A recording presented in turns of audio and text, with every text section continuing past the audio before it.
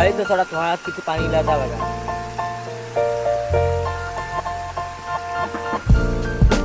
मळ्यात ना असं पाणी येतं.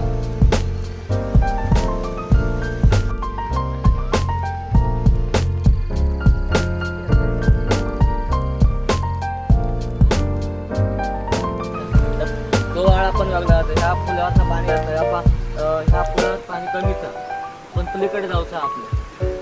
मित्रांनो बघा आम्ही या पाण्यातून जातो पलीकडे.